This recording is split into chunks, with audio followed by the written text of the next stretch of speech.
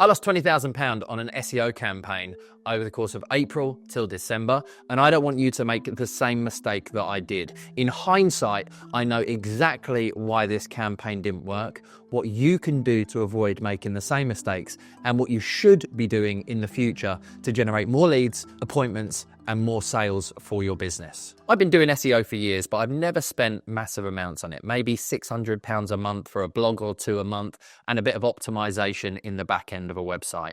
I equally transparently have had 3 different websites since 2018, and every time you start a new URL for your website, it's almost like starting again from scratch. Albeit, if you move from one URL to another, it does take a little bit of time, but you can carry over that domain authority and those same results into the new one. But an SEO company will tell you that it's like starting entirely from scratch. But in our recent change, we found that the pages that performed on active-financial.co.uk still performed on active-mortgages.co.uk. So the SEO company came to me and said that they've been working with another firm and they had got fantastic results in running a campaign for high net worth mortgages. They were getting to page 1. The pages were getting loads of results. There was loads of traffic going to the pages, but the firm that they were working with were not willing to invest in optimizing the website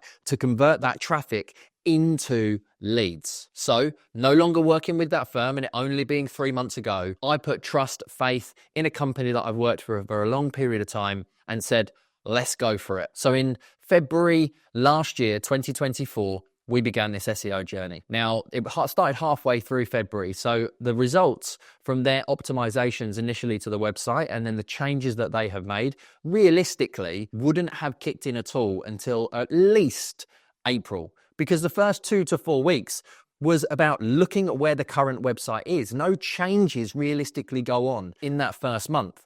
So everything that I have tracked has been from April of 2024 through till December of 2024, when I got out of the campaign 2 months early due to the poor performance. So just a little bit of data for you. Between April and December, my website generated 72 leads from Google. But we've got pages that already performed prior to this campaign starting with the SEO company. And I'm a data geek when it comes to our CRM system. So 36 of those leads were via the website. On a £2,000 a month campaign over the course of 10 months, that works out at £555 per lead.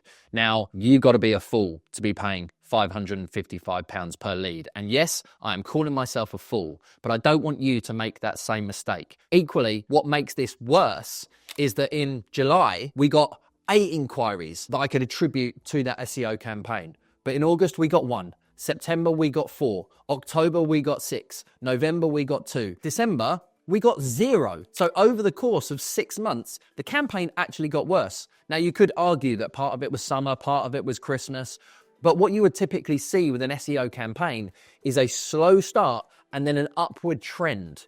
Now, we may see more results this year from that SEO campaign because of the speed at which it takes for the campaign to build. But we are page 1 for a lot of key terms, but we're still not getting the traffic that they were supposedly getting for this other website. So here's the major problem with the campaign and why it didn't drive any specific leads. I've spoken to multiple different people in Google Ads and Google marketing, and I've increased my knowledge hugely over the course of the last 6 months. Number 1, SEO is considerably harder now than it was years ago. More people are going to ChatGPT because they can get immediate answers to immediate questions, and it's like having a conversation with an expert. AI is changing the game in the way that people search online. Number 2 is a good SEO campaign does not mean that it's going to drive you leads. What an SEO company will look at is there a good number of searches for this specific keyword or these key phrases? If there is,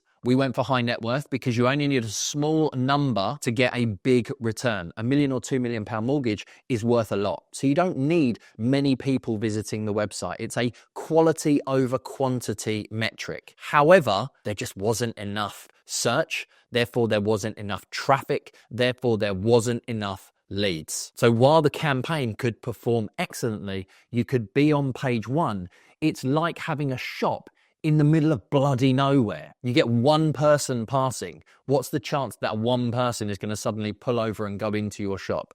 That's the problem with that SEO campaign. The third thing, there are lots and lots of websites in every industry, but particularly in financial services, that have been around for years and have got hundreds, if not thousands, of performing keywords on their website.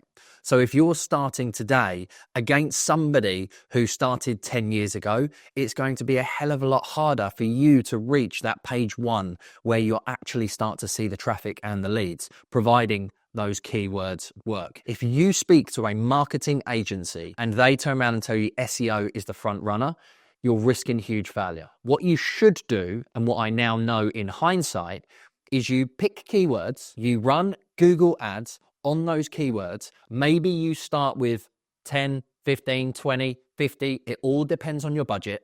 And slowly but surely, you funnel them down to the ones that actually work and are actually converting into not just leads, but into sales. You could get 100 leads, but if you get no sales, that's not a performing keyword. You want to get keywords that drive data, that are good quality, they answer the phone, but also does business. The key thing to remember is no matter what marketing campaign you are going to be doing, maybe 7 or 8 out of every 100 people are likely to do business in the next 90 days. The rest are likely to do business in the next 90 days to 2 years. At least 42 to 43 out of that 100 will be considering buying from you or someone else in the next 90 days to 2 years. Which is why if you listen to my episodes and you follow my journey, I'm such a huge fan of systems, nurturing, email marketing, building your database, because it enables you to maximize the value of any campaigns that you run. You know, you'll probably find that 50% of the people that you generate through ads or through SEO will probably never even answer the phone. So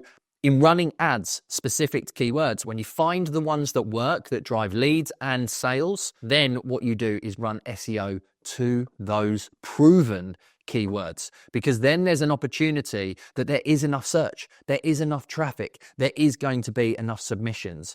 The ones that work for you are the ones that you invest more budget in to give you those long-term wins, because SEO is a huge asset to your business when you get it working. The challenge is getting it working. And SEO companies that don't just try and sell you the dream and actually understand how marketing truly works. You could be a fantastic SEO expert. It doesn't mean that you're going to be able to generate revenue for the business. So after a lot of frustration, back and forth, tense emails and communications, I managed to get out of the campaign instead of February in December. And that gave me an opportunity to do what I'd wanted to do for several months. My huge belief is brand-based marketing is the best marketing source. What is brand-based marketing?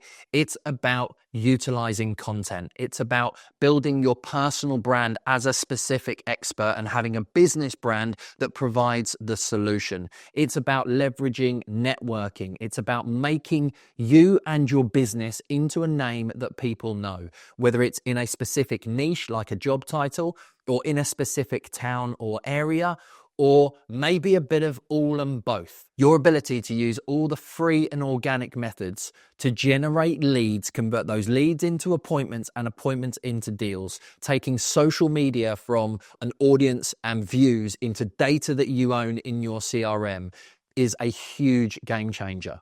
Leveraging social media, having someone in your office all the time, producing content for your business, sending out emails, looking at where the data is coming from. If your business is solely relying on referrals and recommendations, you are hugely capped and no doubt stressed because it's unpredictable. As I spoke about a couple of weeks ago, your first hire should be a PA. And then I believe it should be a marketing person to drive up those leads, to then give you the opportunity to bring in appointments. As the founder, the owner, the managing director of your business, your goal is to work on the highest value activity. And the highest value activity for any business is to create demand. Demand for your product, demand for your service, to make sure that you are the leading expert in the problems of your ideal client. So therefore they come to you for the solution, and building long-term relationships thereafter through email marketing, through having lead magnets, through providing more value than anybody else. In next week's episode, I'm going to talk to you about the next person that I'm bringing onto my team, which is a digital marketing exec, where we are going all in on brand building. Because for me, since 2016, brand has always generated me more leads than anything else. Public speaking, referrals and recommendations, posting content on social media, engaging in Facebook groups, utilizing a YouTube channel, producing short form video on any short form video social media channel, converting that top of funnel content into middle of funnel data, utilizing lead magnets, webinars, quizzes, and then once they are on the email database,